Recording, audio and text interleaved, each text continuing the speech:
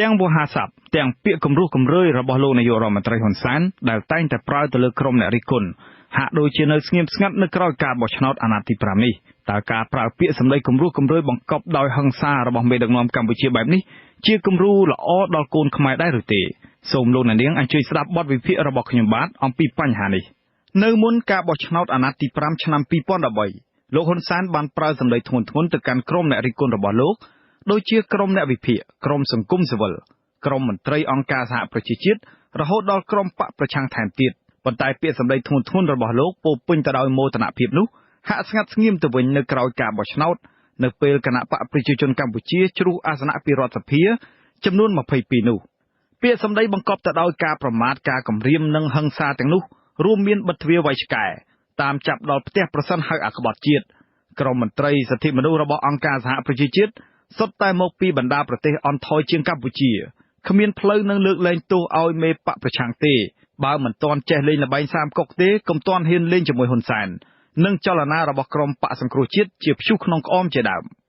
ខ្ញុំសូមផ្ដាំទៅអ្នកឯងចង់ឲ្យមានកុបកម្មបែបទុយនេះវិញខ្ញុំនឹងបិទទ្វារវៃ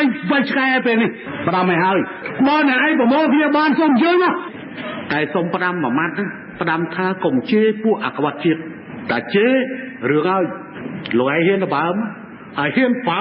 បែកក្នុងឲ្យរដ្ឋាភិបាលបើមិនចាប់លោកឯងដល់ផ្ទះនេះថ្វាយគុំកុំនិយាយពីរឿងសិទ្ធិបញ្ចេញមតិលើរឿងបែបនេះកុំថាមានអភ័យឯកសិទ្ធិអភ័យឯកសិទ្ធិក៏ត្រូវដាក់សិនដែរ5ហើយហើយក៏បញ្ជាក់រាប់សំរងទីលើនេះអត់មានបោករុំមិនបានទេវ៉ាគាត់អានឹងមិនមែនទេ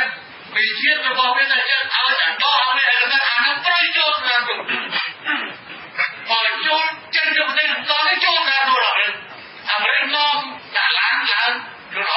អត់ឯងបន្តទេល្បីតាមកុកទេកុំអាលេជាមួយហ៊ុនសែនរឿងខ្លះកុំបីបន្តធ្វើបានទីបន្តធ្វើហើយហ៊ុនសែនធ្វើនៅតាមបទទីប្រភេទតែវិញទេឯនេះកំពុងគិតអំពីខ្យល់ព្យុះដែលវាយបាក់បោយផ្ទះសម្បែងរបស់ប្រជាពលរដ្ឋតែព្យុះនយោបាយរបស់លោកក្រាន់តែជាព្យុះក្នុងដបឬព្យុះក្នុងក្អមទេគ្មានផលប៉ះពាល់អីសូម្បីតែបន្តិចចំណុចខ្លះនៃសម្ដីរបស់លោកនាយករដ្ឋមន្ត្រីហ៊ុនសែនមានលក្ខណៈស្រដៀងគ្នាទៅនឹងអតីតមេដឹកនាំប្រទេសលីប៊ីលោកមូម៉ាល់កាដាហ្វីដែលបានប្រមាថក្រុមអ្នកប្រឆាំងរបស់ខ្លួនថាជាសត្វកណ្ដុរចំណែកក្រុមអតីតមេដឹកនាំប្រទេសរវ៉ាន់ដាកាលពីឆ្នាំ1994បានចាត់ទុកក្រុមប្រជាពលរដ្ឋរបស់ខ្លួនដែលលោកមិនចូលចិត្តថាជាសត្វកន្លាតក្រោយមកមនុស្សជិត1លាននាក់ត្រូវបានសម្លាប់រង្គាលងាកមកបរិបទកម្ពុជាវិញការចាត់ទុករបស់លោកហ៊ុនសែនដែលថាក្រុមបកប្រឆាំងជាព្យុះក្នុងក្អមនោះអាចជាការប៉ាន់ស្មានខុសស្រឡះដោយសារព្យុះក្នុងក្អមនេះបានคล้ายទៅជាមហាព្យុះសង្ឃរាធ្វើឲ្យគណៈបកប្រជាជនកម្ពុជាភ័យស្ទឹងលួសព្រលឹងនៅពេលអាសនៈរបស់ខ្លួនបានជ្រុះបាត់ចំនួន22អាសនៈពីចំនួន90អាសនៈនៅឆ្នាំ2008មកត្រឹម68អាសនៈក្នុងឆ្នាំ2013នេះដូច្នេះការបោះឆ្នោតអាណត្តិទី5កន្លងទៅនេះអាចធ្វើឲ្យលោកហ៊ុនសែននិងគណៈបកប្រជាជនកម្ពុជាបាក់មុខនិងផ្លាស់ប្ដូរទស្សនៈចំពោះគណៈបកប្រឆាំងលើសពីនេះពាក្យឃោសនារបស់លោកហ៊ុនសែនដែលថាបើអាណិតបើស្រឡាញ់ហ៊ុនសែនសូមបោះឆ្នោតឲ្យគណៈបកប្រជាជនកម្ពុជានោះហាក់ជាការវាយតម្លៃខុសនៅកម្រិតយល់ដឹងរបស់ប្រជាជនលោកនាយករដ្ឋមន្ត្រីហ៊ុនសែនជាតួអង្គសំខាន់នៃគណៈបកប្រជាជនកម្ពុជាការបាត់បង់អាសនៈចំនួន22របស់គណៈបកប្រជាជនកម្ពុជាបានធ្វើឲ្យលោកហ៊ុនសែនអាចកាត់បន្ថយនៅមោទនភាពរបស់លោកបើទោះបីជាតួអង្គលោកហ៊ុនសែនស្ថិតនៅក្នុងភាពស្ងៀមស្ងាត់បន្តិចក៏ដោយប៉ុន្តែលោកហ៊ុនសែននិងគណៈបកប្រជាជនកម្ពុជាហាក់គ្មានខ្លាចក្រែងនៅភាពស្របច្បាប់នៃសកម្មភាពរបស់ខ្លួនសោះឡើយឧទាហរណ៍ថ្មីនេះរដ្ឋសភាដែលមានតែបកប្រជាជនកម្ពុជាបានអនុម័តបង្កើតនិងបំបែកក្រសួងថ្មីចំនួន3រួមមានក្រសួងមុខងារសាធារណៈក្រសួងឧស្សាហកម្មនិងសិប្បកម្មព្រមទាំងក្រសួងរ៉ែនិងធម្មពល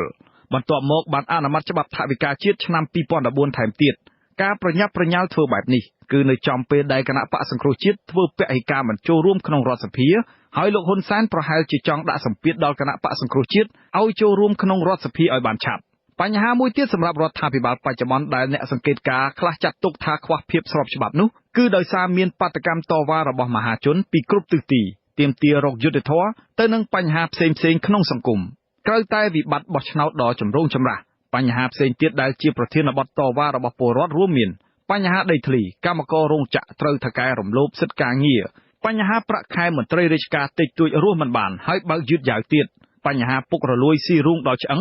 បញ្ហាតុលាការមិនឯករាជ្យបញ្ហាអត់ការងារធ្វើបញ្ហាជនអន្តោប្រវេសន៍ខុសច្បាប់បញ្ហានីតិរដ្ឋភាពបញ្ហាវិនិស្សកម្មព្រៃឈើដែលបង្កឡើងដោយក្រុមអង្គការមហាសេដ្ឋីនិងក្រុមហ៊ុនបរទេសដែលស្និទ្ធស្នាលនឹងគណៈបកប្រជាជនកម្ពុជាជាដើមបញ្ហាទាំងនេះកើតមានជាយូរឆ្នាំមកហើយដែលរដ្ឋាភិបាលដឹកនាំដោយលោកហ៊ុនសែនជាច្រើនអាណត្តិមកនេះហាក់គ្មានសមត្ថភាពក្នុងការដោះស្រាយក្រុមអ្នកសង្កេតការណ៍ជាច្រើនមើលឃើញថាជំងឺដ៏ធ្ងន់ធ្ងរចាក់ឬស៊ីជម្រៅដ៏លំបាកព្យាបាលនោះគឺអំពើពុករលួយបកពួកនិយមនិងគ្រួសារនិយមនៅក្នុងជួររដ្ឋាភិបាលដោយសារវិបត្តិទាំងនេះហើយទើបគណៈបកប្រជាជនកម្ពុជាបានបាត់បង់ការគាំទ្រច្រើនពីមហាជនក្រុមអ្នកខ្លំមើលបញ្ហានយោបាយខ្លះនិយាយថារោគសញ្ញាសង្គមកម្ពុជាដឹកនាំដោយគណៈបកប្រជាជនកម្ពុជានៅពេលនេះសឹងប្រហាក់ប្រហែលគ្នាទៅនឹងរោគសញ្ញានៃសហភាពសូវៀតមុនពេលដួលរលំក្នុងឆ្នាំ1989មុនពេលសហភាពសូវៀតដួលរលំសូវៀតបានជួបវិបត្តិនីតិនគរភាពធ្ងន់ធ្ងរ